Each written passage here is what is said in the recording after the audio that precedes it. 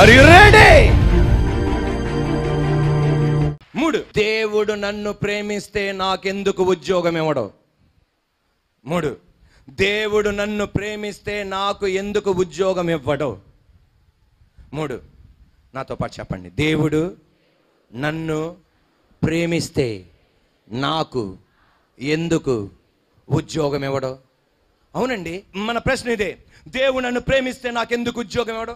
దేవుడు నన్ను ప్రేమిస్తే నా వ్యాపారం ఇప్పటిదాకా బాగుంది, ఎందుకని ఇలా దిగజారిపోయింది? దేవుడు నన్ను ప్రేమిస్తే నాకు ఉద్యోగం ఇచ్చి ఆ ఉద్యోగం ఊడిపోయేటట్టు చేశాడు. దేవుడు నన్ను ప్రేమిస్తే నాకెందుకు ప్రమోషన్ ఇవ్వడు? దేవుడు నన్ను ప్రేమిస్తే నేను అనుకున్న డిపార్ట్మెంట్లో ఎందుకు ఉద్యోగం ఇవ్వడు? దేవుడు నన్ను ప్రేమిస్తే నేను అనుకున్న చోటే నాకెందుకు ఉద్యోగం ఇవ్వడు? దేవుడు నేను ప్రేమిస్తున్నాడా? చెప్పండి, దేవుడు నేను ప్రేమిస్తున్నాడా? మరి ఎందుకు ఉద్యోగం ఇవ్వట్లా? ఇది మనందరి ప్రశ్న, అనేక మంది కుటుంబాలు ఉన్న ప్రశ్న. దేవుడు ప్రేమిస్తే ఎందుకు ఇవ్వడు? అదే ప్రశ్న ఒక కుటుంబములో వచ్చింది. అదేంటి తెలుసా? మార్తా, మరియా, లాజర్. యేసయ్య కుటుంబాన్ని ప్రేమించాడు, కానీ ప్రేమించిన కుటుంబంలోనే ఏం జరిగింది? మరణం జరిగింది. అందరూ ఏమన్నా తెలుసా? యేసయ్య ప్రేమిస్తే మీ ఇంట్లో ఎందుకు ఇలా జరగాలి? యేసయ్య ప్రేమిస్తే ఎందుకు ఇట్లా జరగాలి? యేసయ్య ప్రేమిస్తే మీ అబ్బాయికి ఎందుకు ఉద్యోగం ఇవ్వడు? ఇన్నిసార్లు ఎందుకు ఇంటర్వ్యూలకు వెళ్ళాలి? ఇన్నిసార్లు ఒక్క మార్కులతో పోగొట్టుకుంటున్నాడు. ఆ బ్యాంక్ ఉద్యోగం, లేకపోతే ఆ ఉద్యోగం, ఈ ఉద్యోగం ఒక్క మార్కుల్లో పోగొట్టుకుంటున్నాడు. దేవుడు ఇవ్వలేడా? ఇవ్వగలడు. మరి ఎందుకు ఇవ్వాల? దేవుడు ప్రేమిస్తే ఎందుకు ఇలా జరుగుతుంది? మొట్టమొదటి కారణం, దేవుడు ప్రేమించిన, యేసయ్య ప్రేమించిన ఆ ఇంట్లో మరణం ఎందుకు జరిగింది తెలుసా? యేసయ్య నామ మహిమ పొందడానికి. నీకు ఒకే ఒక కారణం, నీ ఇంట్లో ఎందుకు ఆ ఉద్యోగం ఇవ్వట్లేదు తెలుసా? యేసయ్య మహిమ పొందడానికి. నీకు ఉద్యోగం ఇప్పించి యేసయ్య మహిమ పొందడానికి. 2, ఆ ఉద్యోగం ఎందుకు దేవుడు ఇవ్వట్లా? ఆ వ్యాపారం ఎందుకు డౌన్ అయిపోయింది? ఆ చేస్తున్న ఉద్యోగం నీ దగ్గర నుండి ఎందుకు పోయింది? రెండో కారణం ఏంటి తెలుసా? నీకు ఉద్యోగం కాదు ఆధారం, నీకు వ్యాపారం కాదు ఆధారం, పరిచర్య కాదు ఆధారం, నేనే నీకు ఆధారం అని రుజువుపరచడానికి. నా రోమాలు నెక్కపొడుస్తున్నాయి. నేనే నీకు ఆధారం.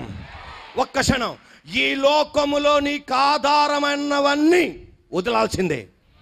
నీ ఆధారమైన మీ నాన్న ఒకరోజు నీ దగ్గర లేకుండా ఉంటాడు. మీ అమ్మ నీ దగ్గర ఉండదు, నీ కొడుకులు నీ దగ్గర ఉండరు, నీ కూతురు నీ దగ్గర ఉండరు, నీ ఉద్యోగం నీ దగ్గర ఉండదు, ఏది నీ దగ్గర ఉండదు. నీ వ్యాపారం నీ దగ్గర ఉండదు, నీ పరిచర్య నీ దగ్గర ఉండదు. అన్నిటినీ మనం విడిచిపెట్టాల్సిందే, ఆయన రాజ్యానికి వెళ్ళాల్సిందే. మనకు ఆధారం ఎవరు తెలుసా? యేసయ్య. అది నేర్పించడానికి నా దేవుడు కొన్నిసార్లు చేస్తాడు. ఆయన నీకు ఆధారం అది కాదు. అది లేకపోయినా నేను ఎలా పోషిస్తానో నువ్వు చూడబోతున్నావు. ఆ ఉద్యోగం లేకపోయినా నిన్ను ఎలా పోషిస్తానో నేను దేవుడు చూపెడతాడు. ఆ వ్యాపారం లేకపోయినా నిన్ను ఎలా పోషిస్తాడని చూపెడతాడు ఆయన. Praise the Lord. హల్లెలూయా. ఇప్పుడు ఆమేన్ అనాలి. ఎప్పటి వరకు ఎత్తర్ల బతుకులో ఏం చేసిందో చూసావు, ఎప్పటి వరకు బైబిల్లో ఏం చేసిందో చూసావు, ఏం జరిగిందో నువ్వు చూసావు. ఈ రోజు నుండి నిన్ను దేవుడు ఎలా పోషిస్తున్నాడు, ఎలా నడిపిస్తున్నాడు, ఎలా ముందుకు తీసుకెళ్తున్నాడు నీ కళ్ళారా నువ్వు చూస్తావు. నీ నోటితో నువ్వు ఒక టెస్టిమనీ నువ్వు వేస్తావు. హల్లెలూయా. Praise the Lord. హల్లెలూయా. నీకు ఆధారం ఉద్యోగం కాదు, నీకు ఆధారం పరిచర్య కాదు, నీకు ఆధారం వ్యాపారం కాదు, నేనే నీ ఆధారం. ఒక మాట మీరు గమనించండి. హల్లెలూయా. యోసేపుకి ఉద్యోగం వచ్చింది, బానిసకి ఉద్యోగం వచ్చింది. ఎక్కడ? పొతీఫర్ ఇంట్లో ఉద్యోగం వచ్చింది. మేనేజర్గా వచ్చింది, సిఇఓగా కాదు, మేనేజర్గా వచ్చింది. నిందపడి ఉద్యోగం పోయింది. ఆమె ఏమంది తెలుసా? పొతీఫరు, నా మాటలో చెప్తున్నా, నువ్వు ఎలా బతుకుతావో నేను చూస్తా, ఎవడన్నం పెడతావో నేను చూస్తా. యోసేపు అనుకున్నాడంట, దేవుడా ఉద్యోగం పోయింది ప్రభువా, ఎలా నాకు వస్త్రాలు, ఎలా నా ఫుడ్, ఎలా జైల్లో నేను బయటకు వస్తా? నా దేవుడు అన్నాడు, నేను నీకు చూపెడతా. నువ్వు అది కాదు నీకు ఆధారం, నేను నీకు ఆధారం అని చూపెడతా. ఇప్పుడు ఆమెన్ అనాలి. Are you ready? ఆమె ఆధారంగా ఉన్నంత కాలం మేనేజర్గానే ఉన్నాడు. దేవుడు ఆధారంగా మారగానే రాష్ట్రపతి తర్వాత స్థానానికి తీసుకొచ్చాడు నా దేవుడు. ఈరోజు చప్పట్లు కొడుతుండగా నీ గుండెల్లో ఒక ధైర్యం ఉండాలా. ఈరోజు నా వ్యాపారం కాదు నా ఆధారం, అమ్మ నాన్న కాదు నా ఆధారం, నా కొడుకులు కాదు నాకు ఆధారం, పాస్టర్ గారి కాదు నా ఆధారం, హల్లెలూయా ప్రసంగిస్తున్న ఈ చార్లీ బాబు కాదు నీ ఆధారం, దేవుడు నా ఆధారం. Praise the Lord. ఇప్పుడు ఆమేననాలి, గట్టిగా ఆమేననాలి. అలాంటోళ్ళు ఆత్మహత్య చేసుకోరు, అలాంటోళ్ళు ఆత్మహత్య చేసుకోరు. ఒక్క క్షణం. అందుకే నువ్వు ఆత్మహత్య చేసుకోవట్లా, నీకు ఆయన ఆధారంగా మారాడు కనుక. హల్లెలూయా. Are you ready? Are you ready? యాకోబుకు ఉద్యోగం ఉంది. ఏముంది? గట్టి చెప్పండి. యాకోబుకి ఏముంది? 20 సంవత్సరాలు ఒక చోట ఉద్యోగం చేశాడు మామయ్య దగ్గర. ఆ మామయ్య దగ్గర కొంచెం తేడా వచ్చింది. ఏమొచ్చింది? గట్టి చెప్పండి. తేడా వస్తే ఆ ఉద్యోగం వదిలిపెట్టేసి వచ్చాడు. మామయ్య అంటాడు, ఈడకి ఏ గతులు లేవు అంటారు, ఏదో అంటారు. ఏ గతులు లేవు? అమ్మ నేను అనలా, మీరే అన్నారు. వీడికి గత్తు ఉండదు, నా దగ్గర నుండి వెళ్ళిపోయాడని యోసేపు అనుకున్నాడు. 2 భార్యలు 11 మంది పిల్లలు నాయన. అప్పుడు కాలంలో, ఇప్పుడు ఒకళ్ళే. Are you ready? Are you ready? 2 భార్యలు 11 మంది పిల్లలతో వెళ్తుంటే పెద్ద లేయ అంటుంది, ఏమండి మా నాన్న ఉంటేనే నన్ను పోషించలేకపోయారు. రెండో అంటుంది, మా నాన్న ఉంటేనే మమ్మల్ని పోషించలేకపోయావు. ఈ 11 మంది పిల్లలు 3 పిల్లలు అన్నారంట, డాడీ తాతయ్యని విడిచిపెట్టి వస్తున్నాం, మనం ఎలా బతుకుతావు? యాకోబు అన్నాడు, ఆపండి, నాకు ఆధారం మీ తాతయ్య కాదు. నాకు ఆధారం మీ నాన్న కాదు, నాకు ఆధారం ఈ ఉద్యోగం కాదు, నా ఆధారం నా దేవుడు. ఉండండి. మామయ్య దగ్గర ఉంటే బతుకంతా కూలోడుగానే ఉండేవాడు. ఆమెనండి. బతుకంతా పన్నోడుగానే ఉన్నవాడు. దేవుడు ఆధారంగా మార్చుకున్నాడు. ఒక దేశానికి పేరే ఇశ్రాయేలు అని పెట్టి పడేశారు అంతే. హల్లెలూయా. నీ ఆధారం దేవుడు. హల్లెలూయా. ఒక పాస్టర్ గారు చెప్తున్న సాక్ష్యం. పెద్ద జ్యువెలరీ షాపులో మేనేజర్గా ఉండేవాడంట.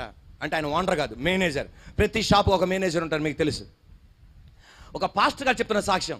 ఒక షాపులో, జ్యువెలరీ షాపులో మేనేజర్గా ఉండేవాడంట ఒక ఆయన. మేనేజర్గా ఉంటే 5 సంవత్సరాలు చాలా నమ్మకంగా చేశాడంట. ఓనర్కి మేనేజర్కి తేడా వచ్చేసింది, బయట పంపించారు.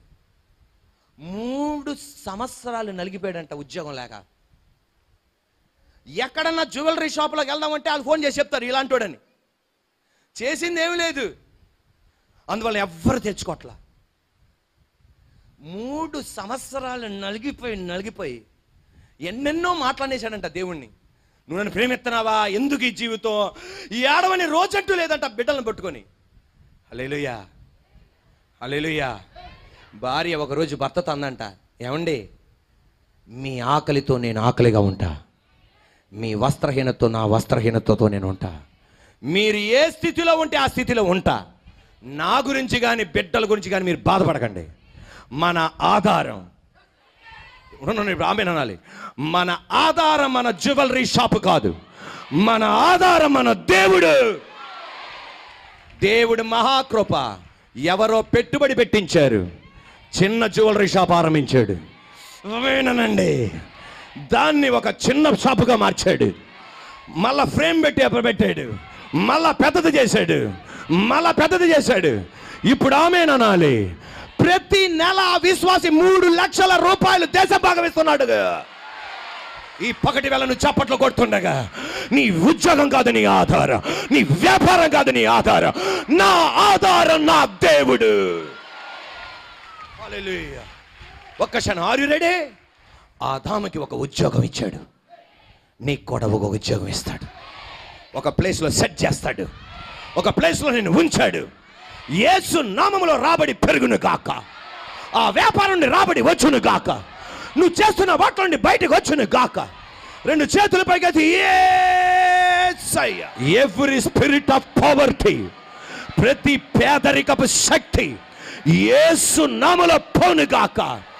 ఎవ్రీ స్పిరిట్ ఆఫ్ పావర్టీ, దేవుని ప్రజలను ఐశ్వర్యవంతులుగా చేయనీయకుండా, వాళ్ళ చేతుల్లో డబ్బులు ఉండనీయకుండా అల్లాడించేటట్టు చేస్తున్న దురాత్మ, ఉద్యోగాలు లేకుండా, వ్యాపారాలు లేకుండా, అభివృద్ధి లేకుండా చేస్తున్న దురాత్మ యేసు నామములో బయటికి పో.